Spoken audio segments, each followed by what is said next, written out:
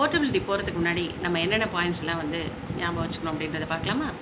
Number 1 வந்து details and claims. என்னென்ன மாதிரியான டீட்டெயில்ஸ் நம்ம கொடுக்க போகிறோம் அப்படிங்கிறத நம்ம கண்டிப்பாக ரிசர்ச் பண்ணி தெரிஞ்சு வச்சுக்கணும்.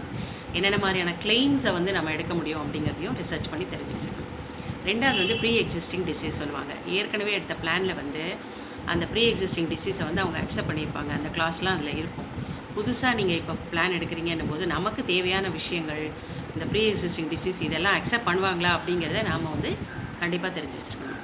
மூணாவது வந்து வெயிட்டிங் பீரியட். ஏற்கனவே எடுத்த பாலிசியில் வந்து வெயிட்டிங் பீரியட் வந்து 4 வருஷம் சொல்லியிருக்கலாம். இப்போ நீங்கள் நியூவாக போகிறீங்கன்னும் போது 5 வருஷம் சொல்கிறாங்கன்னும் போது அந்த 1 இயர் வந்து நம்ம சர்வ் பண்ண ரெடியாக இருக்கணும்.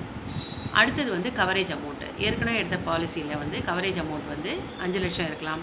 இப்போ வந்து நியூ எடுக்கும்போது 6 லட்சம் கவரேஜ் இருக்கலாம். ஸோ அப்போ வந்து அது ப்ரீமியம் அமௌண்ட்டை வந்து கொஞ்சம் ஸ்லைட் டிஃப்ரென்ஸ் இருக்கும். அதிகமாக கட்டும்படியாக இருக்கும். அதை நம்ம கட்ட தயாராக இருக்கோமா அப்படிங்கிறத நம்ம வந்து தெரிஞ்சு வச்சுருக்கணும். 5வது விஷயம் வந்துட்டு நம்மளோட ஏஜ். இப்போ சப்போஸ் வந்து 45 வயசு இருக்குது, நம்ம வந்து பாலிசி எடுக்கும்போதே நம்மளை ஹெல்த் செக்கப் பண்ண சொல்லியிருக்காங்க அப்படின்னும் போது புது பிளான் போகிறீங்க, ஏற்கனவே எடுத்திருப்பீங்க, மறுபடியும் புது பிளான் போகும்போதும் உங்களை வந்து எடுக்க சொல்லலாம், இல்லை தேவைப்படாதுன்னு சொன்னாலும் சொல்லலாம். ஸோ அதுக்கு வந்து நம்ம தெரிஞ்சு வச்சுருக்கணும். இப்போ எடுக்க சொன்னாங்க அப்படின்னா அதுக்கு நம்ம தயாராகவும் இருக்கணும்.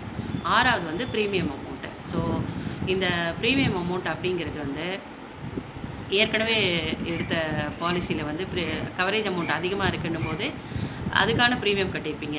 இப்போ வந்து எடுக்கக்கூடிய நியூ பிளான் வந்து நீங்கள் அதிகப்படியான கவரேஜும் எடுக்கலாம், குறைவான கவரேஜும் எடுக்கலாம். ஸோ அதுக்கேற்ற மாதிரி ப்ரீமியம் அமௌண்ட் ஏறவும் செய்யும், இறங்கவும் செய்யும். இதையும் நம்ம நோட் பண்ணி கவனித்து வச்சுருக்கணும்.